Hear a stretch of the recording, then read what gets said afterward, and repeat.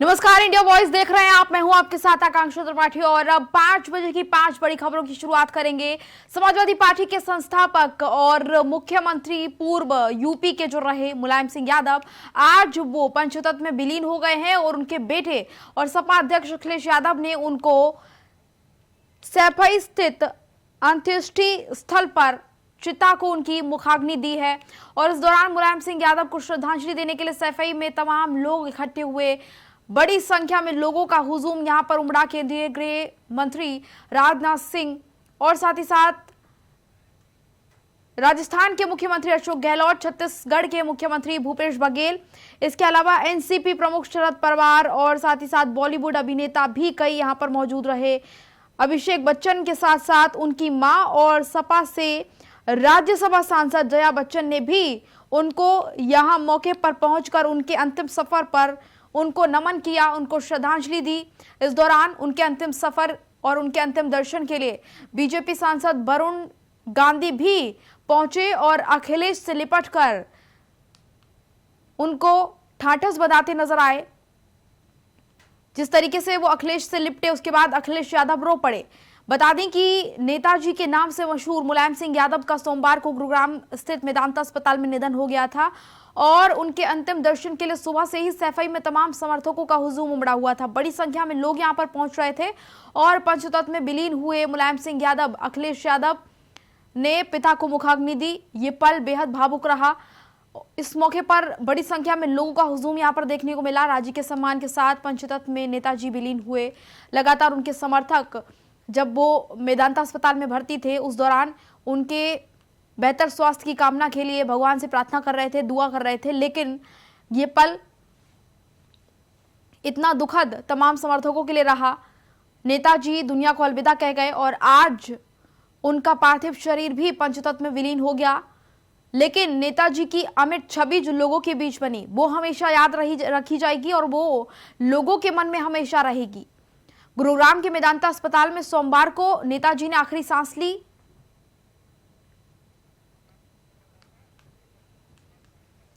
संवाददाता अखंड प्रताप शाही हमारे साथ जुड़े हुए हैं। अखंड, देखिए आज का दिन बेहद भावुक तमाम कार्यकर्ताओं के लिए रहा।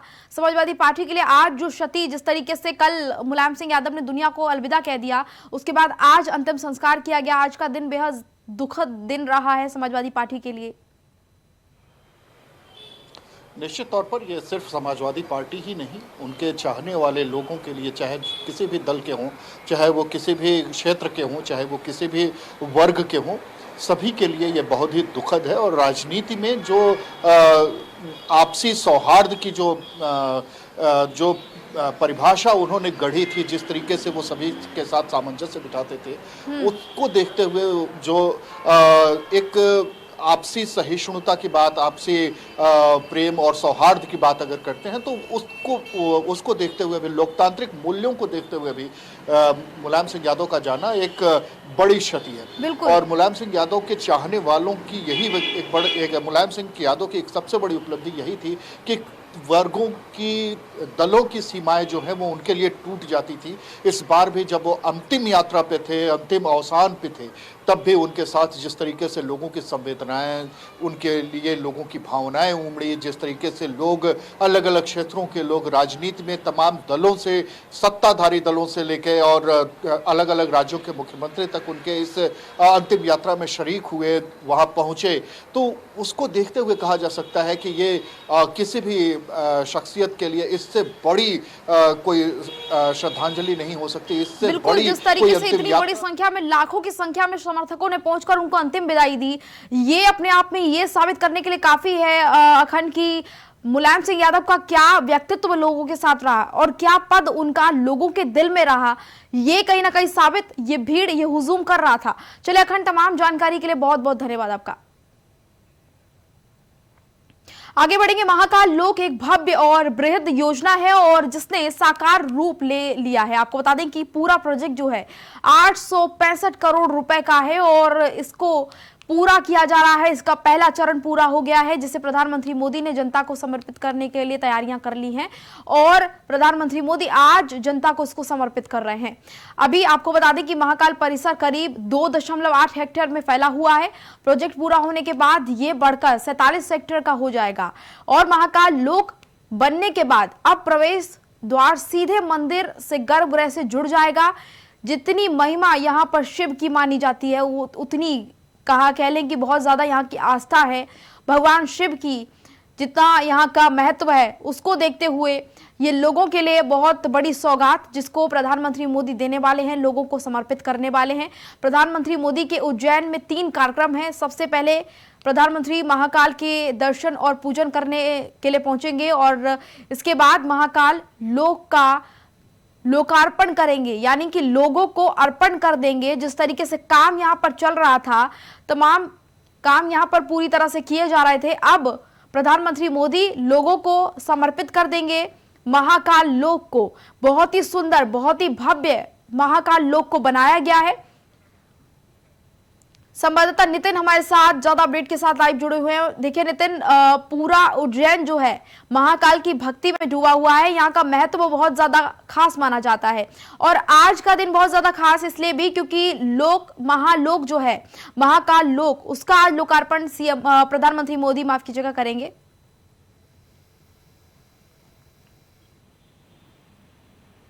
नितिन, आवाज मिल पा रही है आपको? जी जी जी जी नितिन, देखिए आज प्रधानमंत्री मोदी महाकाल लोक का लोकार्पण करेंगे, क्या कुछ जानकारी मिल पा रही है? देखिए बिल्कुल, मैं आपको बता दूं, महाकालेश्वर को जो है आज उज्जैन में प्रधानमंत्री मोदी एक बड़ी सौगात देने जा रहे हैं, जहां महाकालेश्वर जो मंदिर है उसको जो है निर्माण जो है बनाने की जो तैयारी है वो कर दी गई है। प्रधानमंत्री नरेंद्र मोदी ने साफ कह दिया कि महाकालेश्वर मंदिर जो उज्जैन में एक बड़ी सौगात यहाँ पर उज्जैन के लोगों को देने के लिए जा रहे हैं। आपको बता दें इसमें काफी संख्या में जो है लोगों के लिए इकट्ठित हुए हैं और साथ ही इनके साथ में प्रधानमंत्री ने आज जो बड़ी सौगात में उज्जैन के अंदर जो महाकालेश्वर जो मंदिर है उसके 900 मीटर की दूरी की जो लंबाई है वो बताई गई कि 900 मीटर से ज्यादा है यहाँ पर जो है लोगों को जाना पड़ता था। उसी की चीज को देखते हुए प्रधानमंत्री नरेंद्र मोदी ने आज का जो है उज्जैन के अंदर महाकालेश्वर जो मंदिर है निर्माण जो है करा दिया गया और उसको जो है एक बड़ी सौगात जो है उज्जैन के लोगों को दे दी गई थी। बिल्कुल, और 47 हेक्टेयर में ये बढ़कर फैल जाएगा महाकाल लोक।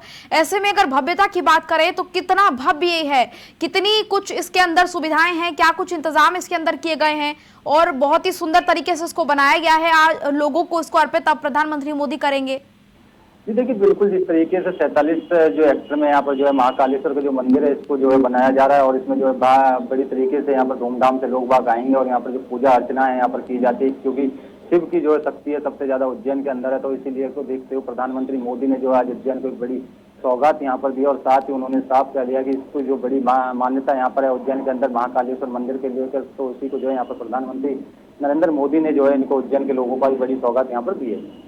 बिल्कुल नितिन, और देखिए सबसे बड़ी बात ये कि यहाँ को लेकर जो मान्यता है जो वर्षों से चली आ रही है कि कोई भी बड़ा पद पर आसीन व्यक्ति यहाँ पर रात में रुकता नहीं है। प्रधानमंत्री मोदी भी इस जो ये पूरी चली आ रही है पुरानी, आपको बता दें कि लगातार इसको लेकर कई बातें कही जाती हैं। मान्यता ये जो चली आ रही है काफी वर्षों से, इसको लेकर कहा जाता है कि कोई यहाँ पर बड़े पद पर आसीन व्यक्ति नहीं रुकता है और प्रधानमंत्री मोदी को लेकर भी यही जानकारी है कि वो भी यहाँ पर नहीं रुकने वाले हैं और उनका जो दौरा है वो बेहद खास, क्योंकि लोकार्पण यहाँ पर महाकाल लोक का प्रधानमंत्री मोदी करते नजर आएंगे। तो फिलहाल नितिन, तमाम जानकारी के लिए बहुत आपका धन्यवाद।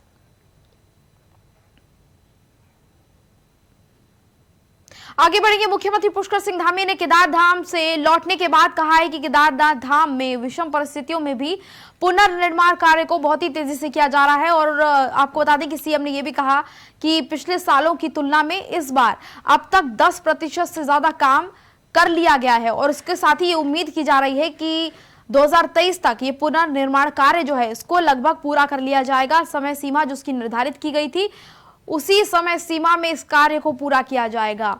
ये बड़ी जानकारी सीएम ने साझा की है। विषम परिस्थितियों में यहां पर काम किया जा रहा है और सीएम ने यहां पर स्थलीय निरीक्षण के बाद लोगों को ये जानकारी दी कि जिस तरीके से यहां पर काम किया जा रहा है उसको देखते हुए, काम की गति को देखते हुए ये कहा जा सकता है कि निर्धारित समय पर इस काम को पूरा यहां पर कर लिया जाएगा। 2023 के अंत में तीर्थयात्री केदारनाथ धाम आएंगे तो उन्हें नया भव्य रूप और दिव्य रूप जो है केदारपुरी का देखने को मिलेगा। अभय कैंतुरा हमारे साथ इस खबर पर जुड़ गए हैं ज्यादा जानकारी के साथ। अबे देखिए, सीएम ने ये साफ कर दिया है, आज स्थलीय निरीक्षण के लिए सीएम पहुंचे थे, उसके बाद सीएम ने जो वहां पर निरीक्षण किया, जिस तरीके से सीएम ने पूरी जानकारी ली, अब वहां से लौटने के बाद सीएम ने ये बड़ी बात कही है कि काम को निर्धारित समय तक पूरा कर लिया जाएगा। ये जानकारी वहां पर सीएम को मिल पाई है। बिल्कुल, आज मुख्यमंत्री पुष्कर सिंह धामी का केदारनाथ का दौरा था, जिसमें केदारनाथ धाम में उन्होंने बाबा केदार के दर्शन किए और उसके बाद केदार घाटी में जो पुनर्निर्माण के जो काम चल रहे हैं, जिसका दूसरा चरण यहां पर शुरू हो चुका है, उस दूसरे चरण में जो कार्यों की जो स्थिति है, उस स्थिति की उन्होंने स्थलीय समीक्षा भी वहां पर करी है।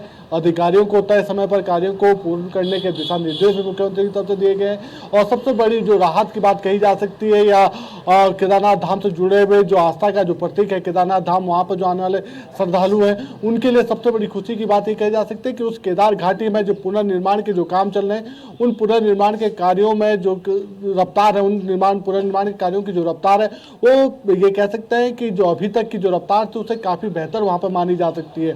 पिछले वर्ष की तुलना में इस बार जो निर्माण काम हुए हैं, यानी जो लक्ष्य रखे गए हैं चरणबद्ध तरीके से कामों को पूरा करने के, उसमें 10% ज्यादा काम इस बार यहाँ पर हुआ। और ये काम तब हुआ है जब ज्यादा प्रदेश में इस समय कह सकते हैं कि मानसून सीजन के दौरान लगातार प्राकृतिक आपदाएं आती रही है, लगातार बारिश उस क्षेत्र में होती रही है। जब भी केदार घाटी में बारिश होती है तो ये समझा जा सकता है कि कभी भी बड़ी प्राकृतिक आपदाएं वहां पर आ सकती है। लगातार उत्तराखंड में इस तरह का मौसम बना रहता है मानसून सीजन के दौरान, तो ऐसे में उन भौगोलिक बिल्कुल जिस तरीके से परिस्थितियां बनी होती हैं उसको देखते हुए ये बड़ी बात है कि काम को तय सीमा पर पूरा कर लिया जाए। और सबसे बड़ी बात देखिए ये रही है कि 2023 के अंत में ये कहा जा रहा है कि जो तीर्थ यात्री केदारनाथ धाम आएंगे उनको नया भव्य और दिव्य रूप यहां पर केदारपुरी का देखने को मिलेगा।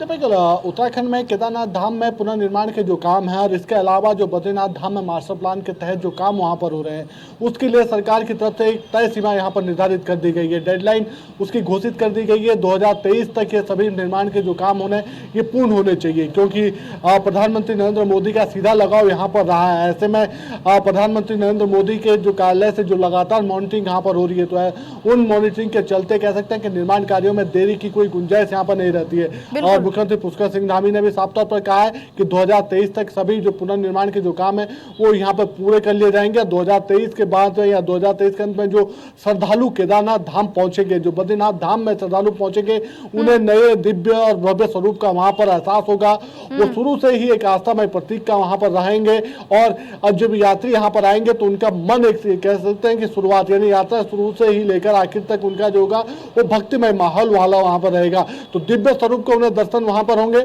अंदर बाबा केदार के दर्शन कर सकते हैं और बाहर जो भक्तिमय जो माहौल होगा उसका आनंद जो श्रद्धालु होंगे वो हर समय वहां पर उठा सकते हैं। तो ये सरकार की एक सोच है ताकि नई केदारपुरी का जो सपना सरकार ने देखा है उस नई केदारपुरी के सपना पूर्ण करने के लिए जरूरी है कि जो मुख्यमंत्री ने जो दिशा निर्देश अधिकारियों को दिए उस दिशा निर्देश के अनुरूप वहां पर धरातल पर काम हो सके। फिलहाल ये कहा जा सकता है कि पूरी केदार घाटी में जो पुनर्निर्माण के जो काम चल रहे हैं उन पुनर्निर्माण के कार्यों से मुख्यमंत्री पुष्कर सिंह धामी काफी संतुष्ट नजर आ रहे हैं। और ये भी कहा जा सकता है कि आज का जो दौरा है मुख्यमंत्री पुष्कर सिंह धामी का, ये दौरा कई मायनों में इसलिए भी महत्वपूर्ण हो जाता है क्योंकि संभावना ये जताई जा रही है कि प्रधानमंत्री नरेंद्र मोदी उत्तराखंड के दौरे पर आ सकते हैं और दीपावली के समय में यहाँ पर आएंगे, यानी कपाट बंद होने से पहले प्रधानमंत्री नरेंद्र मोदी बाबा केदार धाम के दर्शन करने के लिए यहाँ पर आएंगे, पूजा पाठ करेंगे। तो उस दौरान ये कह सकते हैं कि उनका जो लगाव उस केदार धाम से रहा है वो उस दौरान उस पुनर्निर्माण के कार्यों की समीक्षा भी वहां पर कर सकते हैं। तो वो तय समय पर कार्य पूरे हो,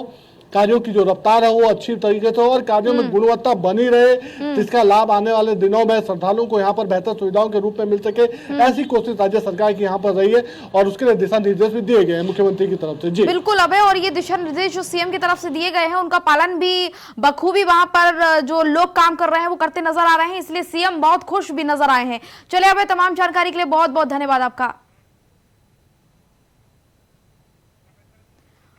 तो आपको बता दें कि निर्धारित समय तक काम पूरा हो जाएगा, ये बात सीएम ने कही है। आज सीएम स्थलीय निरीक्षण के लिए गए थे, उसके बाद सीएम काफी खुश नजर आए हैं। यशस्वी प्रधानमंत्री मोदी जी के नेतृत्व और मार्गदर्शन में जहां धर्म और उत्थान का कार्य तेज़ी से पूरे देश के अंदर चल रहा है, वहीं केदारपुरी का पुनर्निर्माण का कार्य तेज़ी से आगे बढ़ रहा है और हमने उसकी टाइमलाइन तय की है कि दिसंबर 2023 तक भव्य केदारपुरी और दिव्य केदारपुरी का स्वरूप बनकर तैयार हो जाए। उसके लिए आज वहाँ पर पुनर्निर्माण के कार्य देखे हैं और कठिन परिस्थितियों में वहाँ पर काम होता है, क्योंकि रात को काफ़ी तापमान नीचे चला जाता है, लेकिन उसके बाद भी इस साल पिछले सालों की तुलना में 10 गुना ज़्यादा। यूपी के सीएम योगी आदित्यनाथ आज बिहार के छपरा में लोक नायक जयप्रकाश नारायण की जयंती समारोह में शामिल हुए और इस दौरान सीएम योगी ने कहा कि जेपी की आज जन्म जयंती है। मैं जेपी को कोटि कोटि नमन कर विनम्र श्रद्धांजलि अर्पित करता हूं। ये बात सीएम योगी आदित्यनाथ ने कही और आपको बता दें कि मां गंगा सरयू का आशीर्वाद इस क्षेत्र को है, ये बात भी सीएम ने कही और साथ ही साथ कहा कि लोकतंत्र के प्रति बिहार सजग है, लोकतंत्र को कुचलने का प्रयास हुआ है। जेपी ने सशक्त आंदोलन चलाया। केंद्र की कांग्रेस सरकार को जाना पड़ा था। देश के हर एक नागरिक को केंद्र की योजनाओं का लाभ मिल रहा है, जाति नहीं देखी जा रही है, सबको विकास योजनाओं का लाभ मिल रहा है। ये बात सीएम योगी आदित्यनाथ ने यहां पर जयंती समारोह के दौरान कही। संवाददाता प्रियम पाठक हमारे साथ ज्यादा अपडेट के साथ जुड़े हुए हैं। देखिए प्रियम, सीएम योगी आदित्यनाथ पहुंचे थे और बिहार में, जहां पर उन्होंने संबोधित करते हुए कई बड़ी बातें कही हैं। बिल्कुल, देखिए आज जिस तरीके से जेपी नारायण की जयंती थी, उनकी इस जयंती के अवसर पर अमित शाह जो गृह मंत्री हैं देश के, वो पहुंचे छपरा बिहार के और वहां पर मुख्यमंत्री योगी आदित्यनाथ भी पहुंचे। तो जाहिर सी बात है कि एक बड़ा मैसेज देने का भी वहां के जरिए प्रयास किया गया है। संबोधन का जो जिक्र करें, उसमें जो बातें कही गई मुख्यमंत्री योगी आदित्यनाथ की तरफ से, तो साफ तौर पर कहा गया कि बिहार के अंदर लोकतंत्र जो है वो खतरे में है, लेकिन वो इस लोकतंत्र को खतरे में जाता हुआ नहीं देख सकते हैं, लोकतंत्र का कत्ल होते हुए नहीं देख सकते हैं। बिहार की जनता ने जब जब ऐसी स्थितियां बनी हैं तब तब आंदोलन करके लोकतंत्र को बचाया है और अब एक बार फिर वो वक्त आ गया है कि जब बिहार की जनता को आगे आना चाहिए और वहां पर इस बात को तय करना चाहिए। तो कहीं ना कहीं आज के इस दौरे को लेकर अगर आप देखें तो वो दौरा कई मायनों में अहम है। 2024 का जो लोकसभा का इलेक्शन है उसको नजर से भी देखें तो इन दोनों ही देश के बड़े नेताओं का जो दौरा रहा बिहार के छपरा का, तो वो कई मायनों में अहम रहा है। साफ तौर पर पूरा एक प्रयास किया गया है अपने पक्ष में माहौल बनाने को लेकर। गृह मंत्री अमित शाह का भी अगर आप बयान देखें तो उन्होंने भी साफ तौर पर नीतीश कुमार पर हमला किया और नीतीश कुमार पर हमला करते हुए उन्होंने कहा कि कुछ लोग केवल सत्ता पाने के लिए जो है वो बिहार में है, कुर्सी की लालच में जो है वो बैठे हुए हैं और शायद ये वही वजह है कि आप देख सकते हैं कि जिस तरीके से पिछले कुछ दिनों का घटनाक्रम देखने को मिला, नीतीश कुमार ने बीजेपी का साथ छोड़ते हुए विरोधी पार्टी के साथ में जाकर सत्ता में जो है वो काबिज हुए हैं। तो उनके लिए लक्ष्य बिहार की जनता नहीं है, बल्कि उनके लिए लक्ष्य है मुख्यमंत्री पद की कुर्सी। और इस बात का साफ तौर पर जिक्र और है वो ये बात जो आपने कही बिल्कुल सही कि लगातार इस दौरे को अमित शाह इससे पहले भी बिहार 2 बार जा चुके हैं, तो उनके दौरे को लगातार वो बैक टू बैक जो बिहार का दौरा कर रहे हैं उसको 2024 से जोड़कर देखा जा रहा है और उसको लेकर चर्चाएं भी बहुत तेज हैं, ये जग जाहिर है। और साथ ही साथ देखिए प्रियम, सबसे बड़ी बात ये कि योगी आदित्यनाथ की छवि भी अपने आप में बहुत महत्वपूर्ण है और इसी वजह से फायर ब्रांड नेता में उनका नाम आता है। इसी वजह से ये भी कहा जा रहा है कि योगी आदित्यनाथ का वहां पर जाना भी 2024 के लिए एक माहौल बनाने का प्रयास करने को लेकर ये दौरा माना जा रहा है। बिल्कुल आकांक्षा, देखिए साफ तौर पर ये 2024 के लिहाज से काफी अहम दौरा है योगी आदित्यनाथ का वहां पर पहुंचना। और खाली बिहार नहीं, अगर आप देखें पिछले कुछ दिनों में जहां पर भी राज्य में चुनाव हुए हैं, जिन राज्यों में चुनाव है, वहां पर बाकायदा जो है स्टार प्रचारक के तौर पर जो है वो योगी आदित्यनाथ को भेजा गया है, वो वहां पर पहुंचे हैं, उन्होंने जाके पार्टी के पक्ष में प्रचार करने का जो है वो काम किया है। ठीक उसी तरीके से देखने को मिला बिहार में, चूंकि 24 के इलेक्शन में बिहार और यूपी दोनों की अहम भूमिका रहने वाली है और आज का ये कार्यक्रम दोनों ही राज्यों के लिए काफी अहम रहने वाला था। क्योंकि जेपी नारायण, जयप्रकाश नारायण की बात करें तो उनका जो कह सकते साफ तौर पर दखल था वो दोनों ही राज्यों की राजनीति में अहम था और कहीं ना कहीं एक राजनीति का केंद्र भी जो है वो जेपी रहे हैं। तो इस बात को पार्टी बहुत अच्छे तरीके से जानती है और इसीलिए उनके इस दौरे को फिक्स किया गया था। अमित शाह देश के इतने बड़े नेता हैं, वो वहां पर तरीके से राजनीतिक नुकसान अभी हाल ही के दिनों में उठाना पड़ा बिहार में बीजेपी को, अब बीजेपी नहीं चाहती कि वो चीजें दोबारा दोहराई जाए और इसी वजह से ये दौरे एक के बाद लगातार हो रहे हैं। प्रियम, चले, तमाम जानकारी के लिए आपका बहुत बहुत धन्यवाद।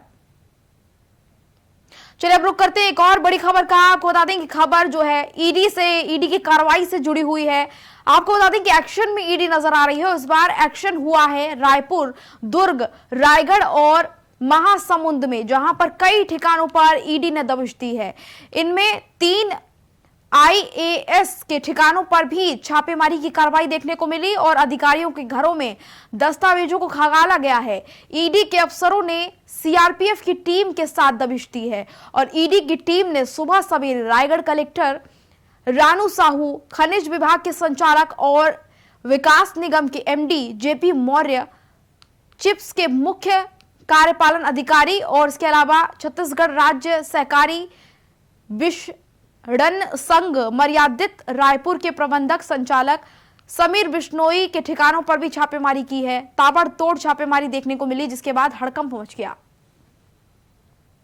संवाददाता मनोज शुक्ला हमारे साथ ज्यादा अपडेट के साथ जुड़े हैं। मनोज, देखिए लगातार ईडी की टीम जो है वो एक्टिवली छापेमारी कर रही है और इस बार कई ठिकानों पर कई लोगों के छापेमारी की गई है।